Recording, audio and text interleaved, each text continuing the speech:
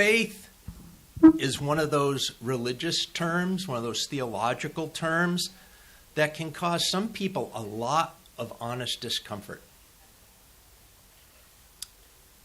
It's often thought of as being synonymous, the word faith, in its meaning with religion or the practice of religion.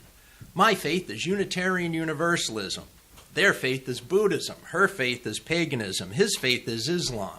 Their faith is Judaism, and so on.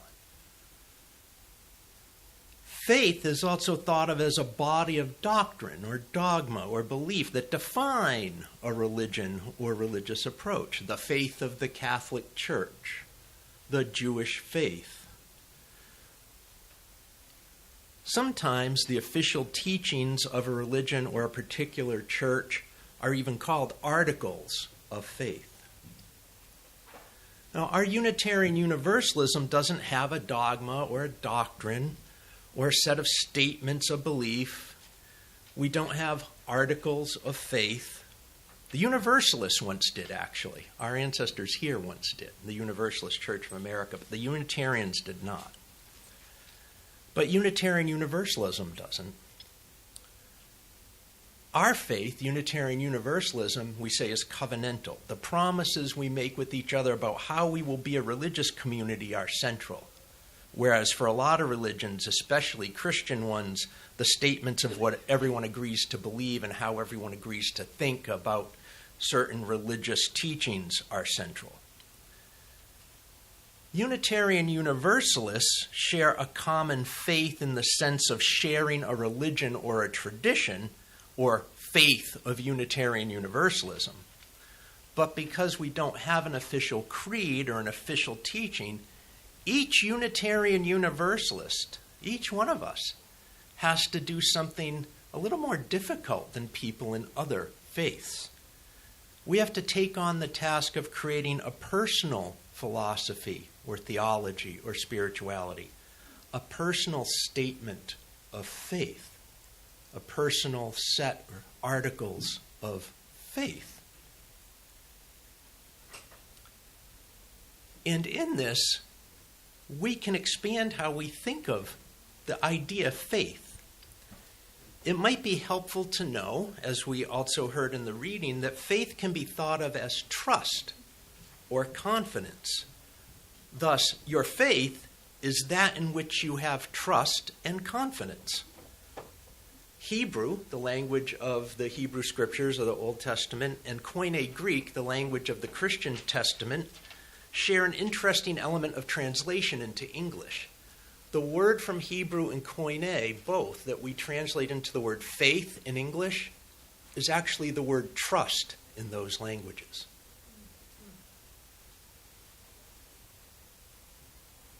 Thinking of faith as trust, having faith, trusting in something or someone. For many people, that someone or something they have faith in might be God or Jesus or Buddha or goddess, but it does not have to be. We can expand the idea of faith and trust to go beyond what is the usual religious teaching, religious teachers, the particular categories of theology. In what or in who do you place your deepest and most secure faith? In what and who do you ultimately and abidingly trust and have confidence in? You might think of our Unitarian Universalist values outlined in the new Article 2 of the UUA bylaws as things in which you put trust or faith. Unitarian Universalist theologian James Luther Adams taught that people will always have faith in something. Human beings will put their trust and confidence in things. The question is, what will be the object of the faith? Adams said that faith is either authentic or idolatrous. And what he meant by idolatrous was that authentic faith puts trust and confidence in something ultimate, the idea of God, human nature, the deepest meaning of life, ultimate values, but in a way that connects with our immediate personal experience of lived concerns. linking what he termed the intimate and ultimate dimensions of being human. And he said idolatry puts trust and faith and confidence in things that are more superficial, less valuable. Authentic faith, what gets our deepest attention, our most ardent loyalty, our deepest commitment, our most abiding trust, what excites us and animates us and gives meaning to our life. Adams says that this rarely, if ever, has anything to do with someone's creed or dogma or professions they make in church or temple. He says there are two ways to do theology. One is to start with a definition or concept of God, and the other is to identify known realities or tendencies that are actually worthy of loyalty, or that we can rely upon. Realities that are ultimately gifts to us, that are viewed as sacred, sovereign, that are inescapable for us if our life is to have meaning. The opposite of faith for Adams is not atheism, it's idolatry, which is putting faith or trust in unworthy, untrustworthy, superficial, unimportant, transitory things. The writer Anne Lamott says famously, "You can be sure you have created God in your own image when your God hates all the same people you do." And this God has become the idol of American Christianity. We know that white nationalist Christianity has this idolatrous God. And therefore they see and hold in contempt people who are not just like them. They trust and have confidence in a God that condones violence and guns and discrimination and cruelty and encourages dominance and power and wealth and lack of empathy and concern for others. This faith stands not only in opposition to, but is instead the polar opposite of anything that Jesus talks about if they want to be Christian. Instead of trusting that one should love one's neighbor as oneself,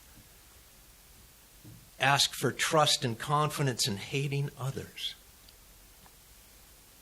And in a sense, I think that most of them, I am sure deep down, put that trust in their hate for others because at some level they hate themselves. Your faith and where you place it matters. For you have faith in something. There are things you trust and have confidence in. And what those are important. Because if they are misplaced and idolatrous, they cause hate and pain and division and death. In 2005, a man with the quite unassuming name of Bobby Henderson published an open letter to the Kansas State Board of Education in the aftermath of their approving the teaching of intelligent design alongside creation in Kansas's, alongside evolution in Kansas's public schools. So Henderson wrote to the Board of Education and demanded that they also teach the creation of the world by the flying spaghetti monster. That the flying spaghetti monster created everything with his noodly appendage. This became an internet sensation, and kind of still is, I believe. An ongoing phenomenon. The Church of the Flying Spaghetti Monster, or Pastafarians as they are more commonly known, call Bobby Henderson a prophet, and they offer ordination to their ministry, and they claim to be an authentic revelation, not a satirical commentary.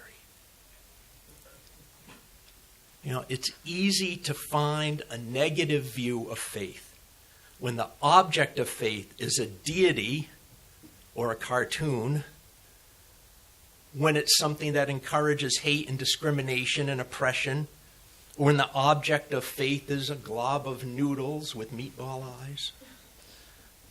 Some faiths almost beg to be dismissed and ridiculed.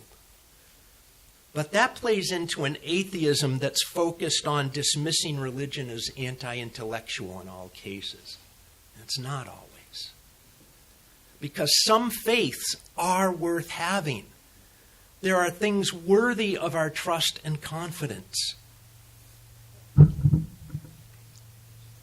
Although trusting in jet pig, let's say, a plush stuffed pig with a jetpack, may seem as spurious as having faith in a bunch of cold noodles and meatballs, it's not. Because the cold noodles and meatballs don't really stand for something, but jet pig is an acronym of values that are worthy of your trust. I trust in love at the center of those values. I have confidence that a loving attitude is the best overall approach to life. And so I do my best to treat myself and others and the world around me lovingly, with compassion and kindness, consideration, dedication, resolve, courage, and authenticity. I trust that all our human relationships should be grounded in love, that we should treat each other with dignity and respect. I have faith in that power of love. I trust it. I trust it to conquer fear and hate and anxiety and isolation and loneliness. I trust the power of love to inspire and motivate and overcome injustices and establish peace. I trust, I have confidence in, I have faith in love. I trust in justice and equity. I trust that justice is really what love looks like when you put it into action. I have ultimate confidence that treating everyone fairly and making sure everyone is included and uplifted and has what they need to survive and thrive is the way to create a beloved community.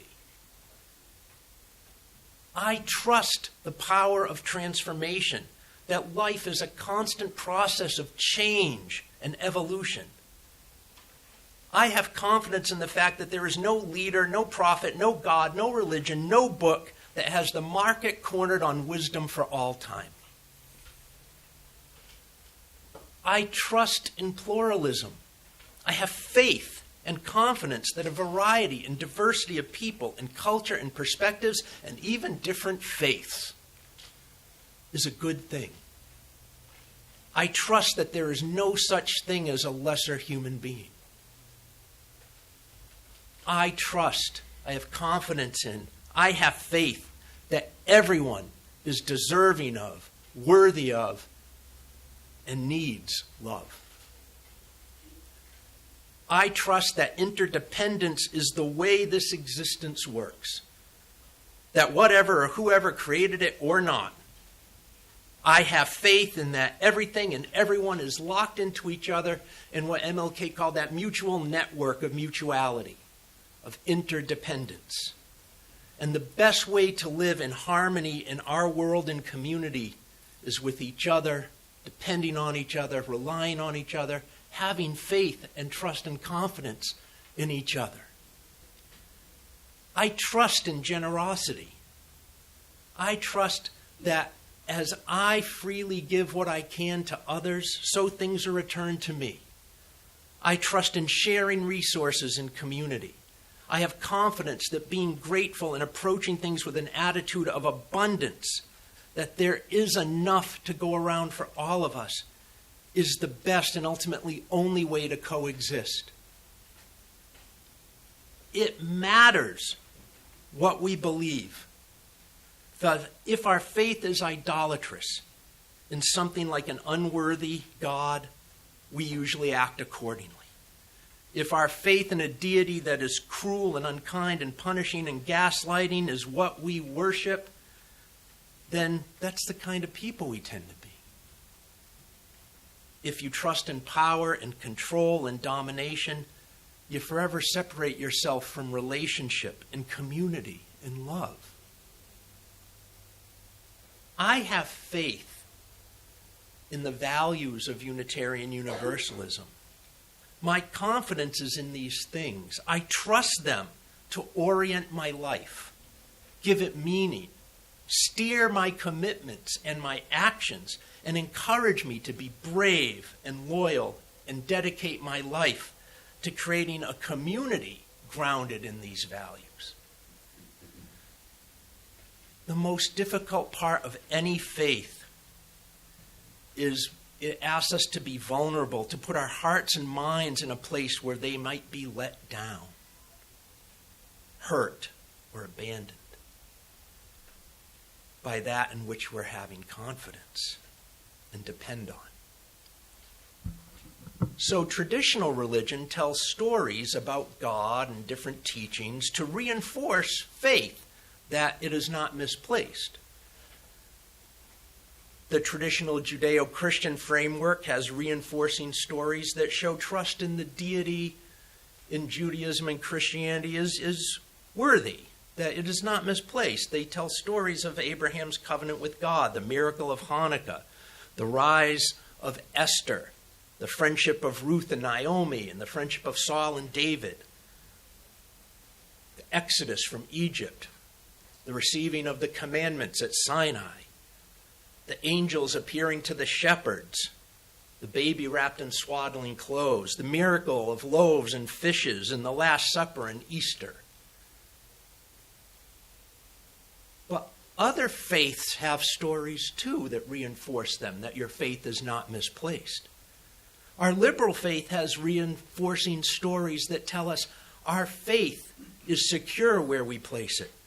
Some of these stories are Plato's cave and Galileo's telescope, Darwin's journey to the Galapagos, the Seneca Falls Conference, the New Deal, the creation of the Universal Declaration of Human Rights, the March on Washington, Selma, the United Farm Workers, Stonewall, Roe v. Wade. We have faith-reinforcing stories too. Traditional faith is reinforced by sacred scripture and writings, but so is liberal faith. Our texts just draw from a wider library. Instead of only the Upanishads and the Gita and the Bible and the Quran, we have poetry and the letter from Birmingham City Jail, novels of Octavia Butler. Traditional faith has ritual and ceremony, and so do we. We have our water ceremony and our flower ceremony and full moon gatherings and the chalice lighting and walks in the forest. Traditional faith forms congregations and communities to uphold, promote, and teach that faith. And so do we. You are not alone in your faith journey, and you are not misplaced in having faith and trust. It is worth your time and effort and pondering and thinking and feeling to find your own personal faith inside our Unitarian Universalism. It's worth it to find those things in which you trust with confidence as right and good and the way to be in this existence, the way to be human, to work for and to accomplish good and justice. George Kimmich Beatz says in his book, Transforming Liberalism, on the theology of James Luther Adams, that faith is always ultimately a personal commitment, a decision and an act of will that orients the heart and mind, a stance from which truer understanding can grow. It is in this sense they follow Paul Tillich's idea that faith is just simply having the courage to be. Because when you put your deepest trust and confidence in anything, you're trusting that that's the way to live, to be. Trusting is a brave stance, however it is done, because having faith is always a leap. It is a letting go for dear life and having the confidence that the object of your faith will carry you safely to the other side.